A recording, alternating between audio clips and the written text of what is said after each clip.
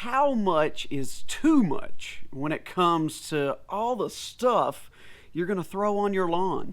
I don't really consider myself a minimalist, but I can tell you one thing. Everything I own, I use and consider things that I need. And the same thing goes for my lawn. So if I don't feel like I need it for my lawn, then I don't buy it and I don't apply it. Before we get into this, I just want to say thank you so much for everyone joining me here. Look, lots of new people jumping in on the channel, and I am so grateful for each and every one of your support, especially after that last video. Something about that one resonated with some folks. If you haven't seen it already, I did a video about the only 4 big box products that I use on my lawn. I will leave a link to that down below. And that sparked even more conversation. I like to do videos that we talk about one thing and they lead to another. So that's what we are going to do in this one. Lots of people asking me about other products in particular. Do I use them on my lawn? Which ones do I use? So we are going to address those questions today. And to answer it pretty simply, I don't use any of them. What are those 3 products? Let's jump into the first one. Look, there are a lot of things that are going to go on in your lawn. Some good and some bad. And there is a product out there for just about everything that will promise to fix your problems for you if all you do is throw it down.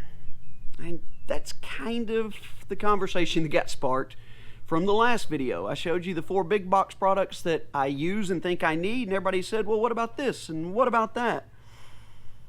So I want to address one thing first.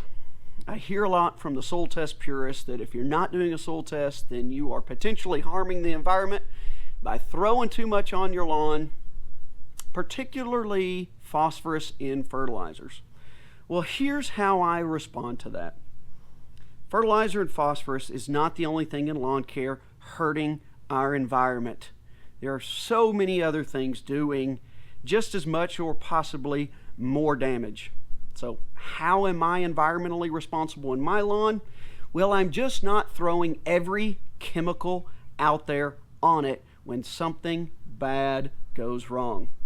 I mentioned in the last video, rarely use any herbicides aside from my pre-emergent. Post-emergent herbicides, hardly use them at all. Okay, so that leads us into 3 products that I do not use on my lawn no matter what. And the first one that I got hit with after last week's video is, well, what about fungicides? Do you try to prevent them? Do you cure them after they set in place? And the answer to both of those questions is no. I do nothing about them. I have used a fungicide one time as an experiment to see if I could help control my spring dead spot. So I applied that in the fall to limit damage in the spring. Didn't really do a whole lot despite thinking it did. So I will likely never do that again. And I know this topic is a little bit easier for me to talk about because I had bermudagrass and it grows by rhizomes and stolons, and it grows so quickly that it repairs itself so fast. So if you don't have a warm season grass that grows as quickly as this Bermuda does, then maybe a lot of this won't apply to you. I'm just telling you about how I approach fungus in the lawn. Typically, I will deal with dollar spot or brown patch or the spring dead spot, just like some of you possibly have in the past, and usually that will arise from too much moisture or too much rain. And my solution to taking care of them is just let those environmental conditions, the rain and the moisture, be eliminated from the lawn. If that means letting it dry out after all the rain has passed, even to a point where it's really dry, and then I just pick back up on my cultural practices of regular mowing, regular fertilization, and proper fertilization, because believe it or not, too much nitrogen or too little nitrogen can help fuel fungus in the lawn. Plane flying over. The airport is not too far from here. There are a lot of people say, man, I would hate to hear planes flying over all the time, but if you're like me, I love airports, I love flying, so the sound to me doesn't bother me one bit. So if you're mowing properly, fertilizing regularly and properly, watering properly, which I have a video that will help you water properly. I will leave it linked down below. Just one word to remember, and it's diet. You'll find out more about it in that video. And control your weeds. Then guess what?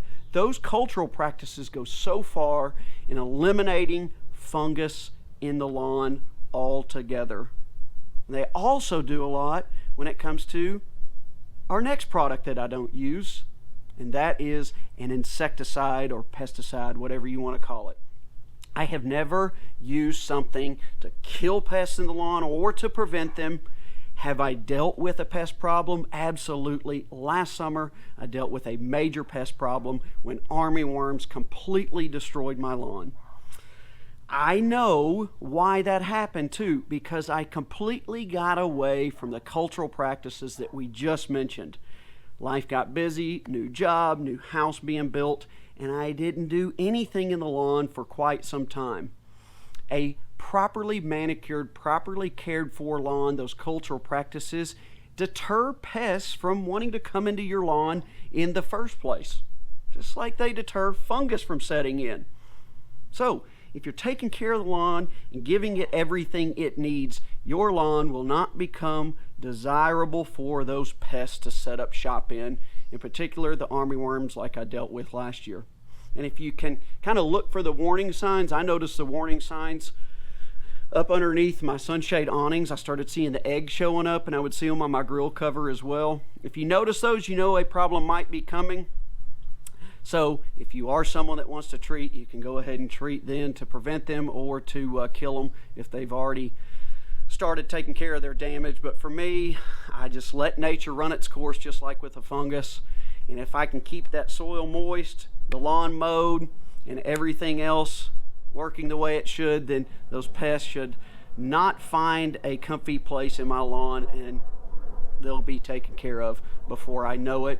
Because every other summer before, I noticed those same warning signs in advance, but I was so persistent and so consistent with my cultural practices in the lawn that I never saw any damage from the pests, even though I saw those eggs showing up underneath the sunshade awning. All right, that's number two. Number three, and here's one that, does this one damage the, I don't know if this one damages the environment, but it's something we all think is so important in our lawns. How green is the grass? And one way you can make your grass even greener is to throw down some iron. But how green is green enough? Look, if I'm doing those, I hate saying it, I sound like a broken record, but if I'm doing those cultural practices properly, the grass is freaking green. How green do I have to get it? Who else is noticing a green lawn get greener besides you? I mean, I know we think that all of our neighbors are going, wow, look at his lawn, that looks freaking amazing. Look, they're going to say that whether you've thrown iron on it to make it some super, super, super dark green, or whether it's just a nice green lawn. No one cares as much as you do.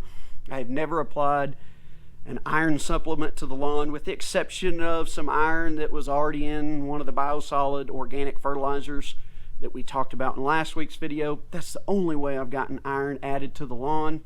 Otherwise, keeping it mowed, keeping that Bermuda from being scalped and cutting off too much green, making sure it's watered properly, regular fertilization. You get the drill. You do all those things, and guess what? Fungus, pests, those will both be controlled in your lawn, and it will be green and lush, and you won't need any extra products, no extra supplements for any of those three things. And at the same time, you will be doing your part to protect the environment by not covering your lawn consistently with another chemical just to solve what you perceive as a problem, when Mother Nature can take care of it for you with the right cultural practices.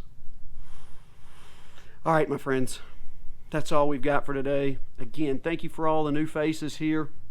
I enjoy connecting with you in the comments below. As my homepage says, I respond to every comment. I'm here to get to know you. I'm so appreciative of your support. And that's it for this edition of Budget Lawns, and we will see you next time.